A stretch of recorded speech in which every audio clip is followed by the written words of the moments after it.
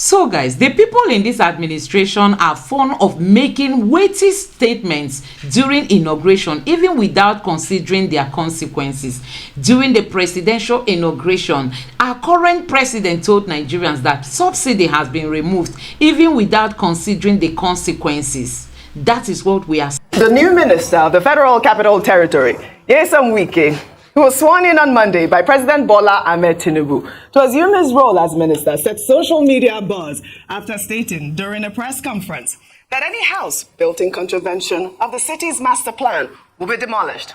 Wike made the comments soon after he was inaugurated. I will take one or two questions only because I'm getting angry. Let me not be talking now. The name is affected, and that will come out in the front page of this day, and I have to carry the first page. You know, those people are fighting me about that, I know. So that's why I'm fully prepared as I came. I would offend. Yes, two questions. Governor Wike, we are not fighting you. But let me tell you, it's not just Arise. This Day journalist also asked the question. I'll take a tweet from Harcourt, who wrote, "This Day journalist, which flag are you going to hang in your office, APC or PDP?" Wike said to this day, you have followed me here again. This is the only question your people sent you here to ask. Okay, give me any flag, APC, PDP, or even LP. I'll hang it as long as FCT is moving forward.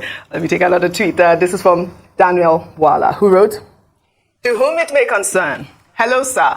In case you need refresher course, the basic needs of the residents of the FCT are affordable healthcare facilities, access to good education facilities, clean sports and recreational centers, affordable transport service system, efficient and walkable street light in the city center and the suburbs, and finally, security. You came with a bullish and vendetta spirit, venting fire and brimstone about demolition and revocation of titles. Abuja is not Port Harcourt.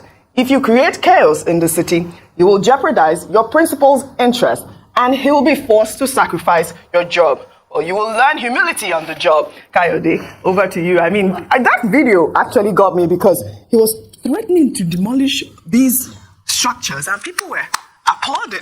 Kayode. You know, that was the first thing. I said, why are people clapping? Nigerians, we have a penchant for pretension and for egging on people who are doing nonsensical things. Yes, sir. When you have a situation where you have a former governor who's now been made minister of FCT, and all he's interested in, you put it really perfectly well, Rufai.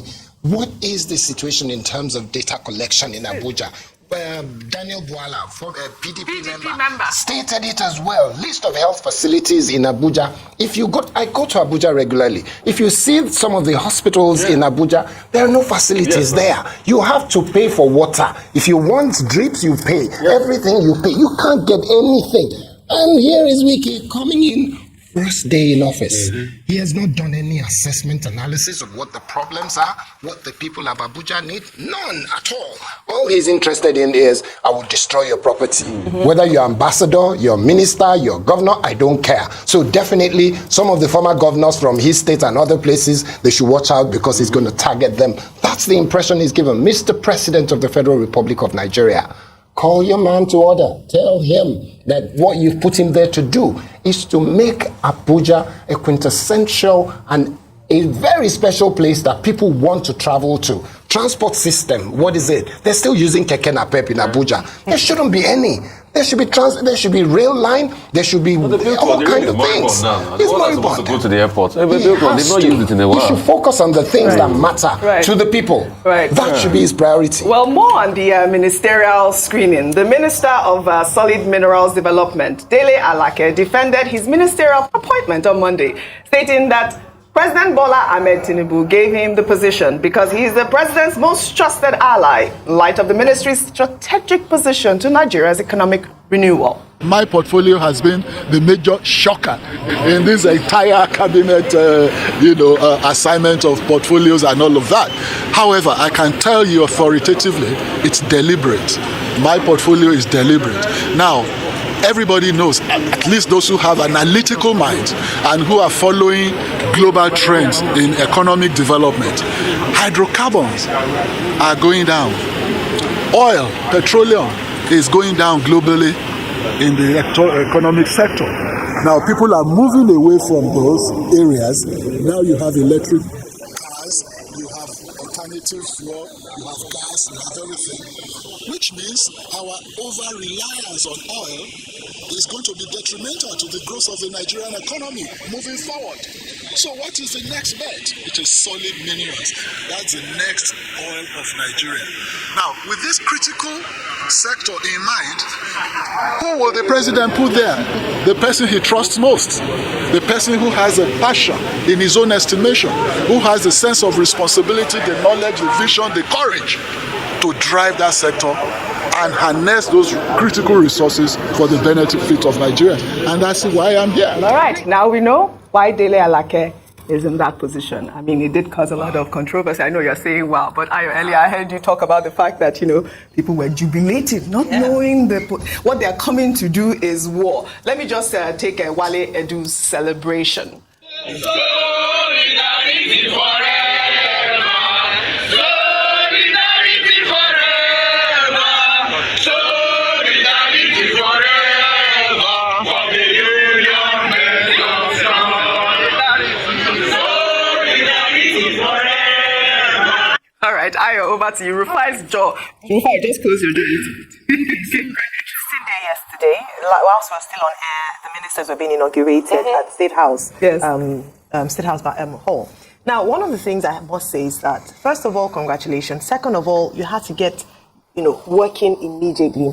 I found it a bit interesting that we had lavish parties. Today's newspapers are heavy because we have congratulatory messages. And that's okay, because people will congratulate you when you've been given such a responsibility and an honor. It's an honor to serve your country.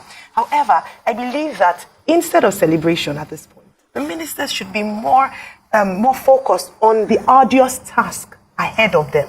Because Nigeria is in such a situation whereby anyone who gives you the responsibility to be part of government, it's almost like punishment, because there are a lot of things and there's a lot of responsibility on your shoulders. So let's save the parties until after your tenure. If you do well, we'll roll the drums out and roll the red carpet for you. If you don't do well, then it will be a stain on your reputation. Now, going to Mr. Dele Alake with regards to his response to why he was appointed as Minister for Solid Minerals. We've talked about the fact that this is perhaps one of the many critical portfolios given by this particular administration.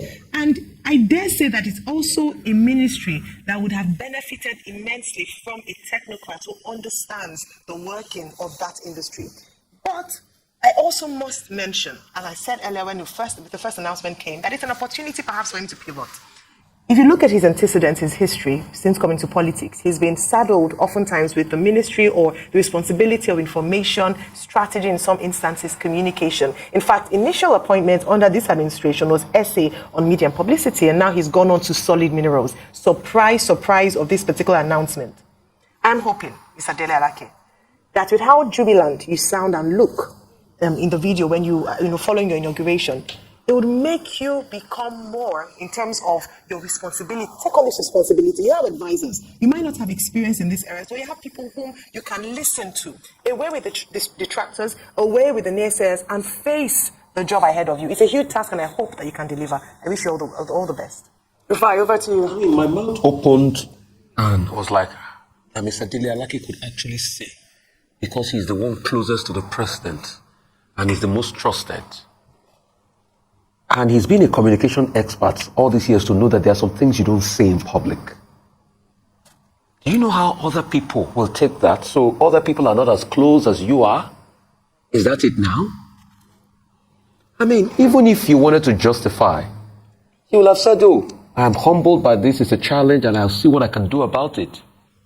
So is it based on the president trusting you, now that he gives you a very important ministry like Solid Minerals, or your competence, that a lot of people are questioned? Solid Minerals is not joke, it's not moi moi, it's not akara. You'll be dealing with top mining companies on the world. You'll be reviewing documents about sustainability. You'll be working with the likes of Rio Tinto, top world miners, sustainability documents, talking with the United Nations and some other international bodies.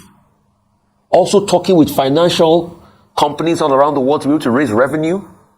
Also dealing with environmental effects, environmental degradation. also dealing with a blowback as regards developmental prospects while you are trying to also meet your quota. And this, a lot of people feel, should at least be given to somebody that have played in areas like finance, in areas like sustainability and environment, or probably has experience as regards even international mining corporations of the world. And all you say that your claim to fame on this is because the president trusts you are the most trusted. If you are the most trusted, why didn't they give you Ministry of Finance? If you are trying to justify solid mineral. Because yes, finance has a lot of problems and bottleneck. Now, Nigeria's finance is there. They will have given you Ministry of Finance. These are some of the things that ministers should not say. And coming from him is even more shocking because this is a man that has done information management all his life. Furthermore, they have set timelines for him. Lithium mining is one of them. Probably if we can bring on the cards, the possibility of Elon Musk coming here. Also, there are other solid minerals. Our money that has been frittered away in gold, that has been taken away, and some other things we have in Nigeria. At least let's even set a target for him. Let him give us 20 to 40 to 50 billion. All right. Dollars a year.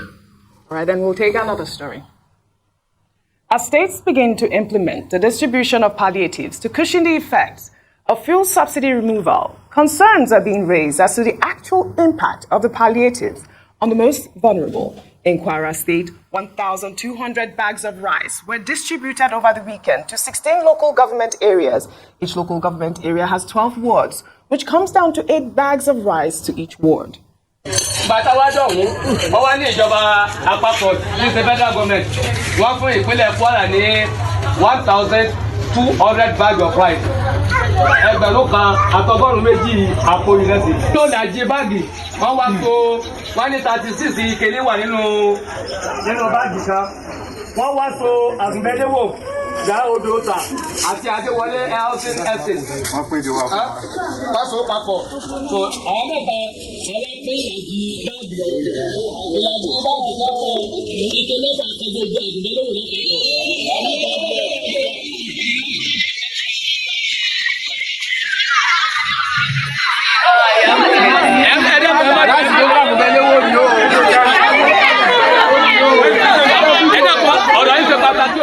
There needs to be an explanation to this. Well, in Lagos State, the chairman of Shomolu Local Council, Abdul Hamed Salau, came under fire after videos of subsidy palliative distribution at a primary school went viral. In the videos, a crowd of people, allegedly from different parts of the state, were seen trampling on each other while packaged food items were thrown at them.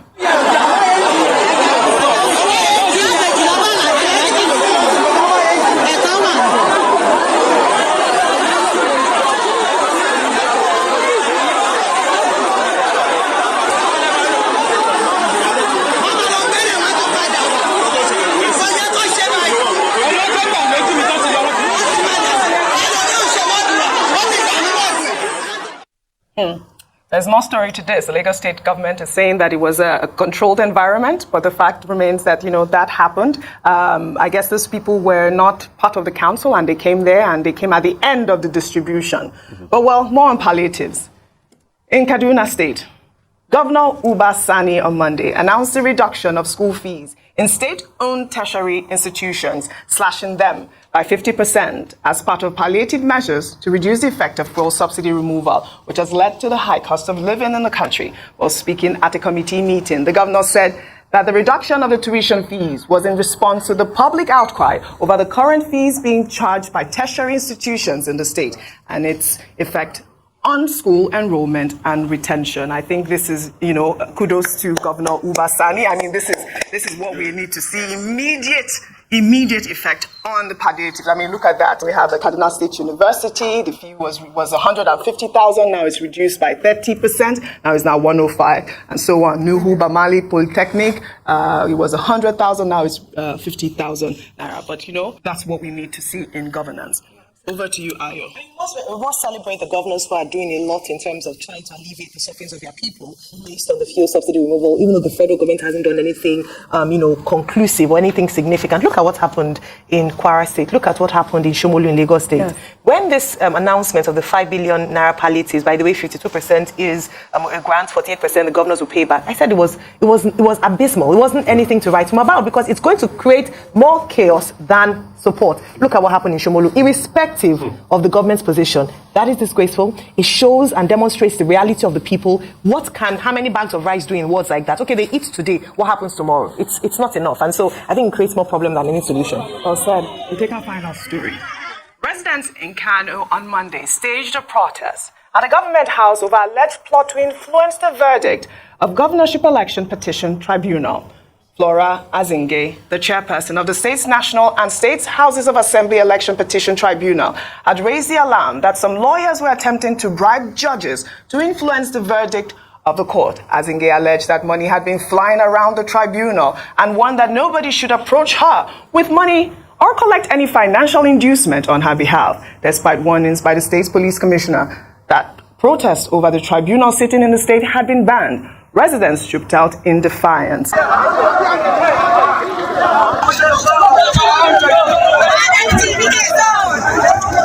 talked about that. All eyes on the judiciary. And I think for all those that are saying, oh, the billboard shouldn't have gone up, isn't it sad that you can hear such a thing that somebody is saying they want to bribe?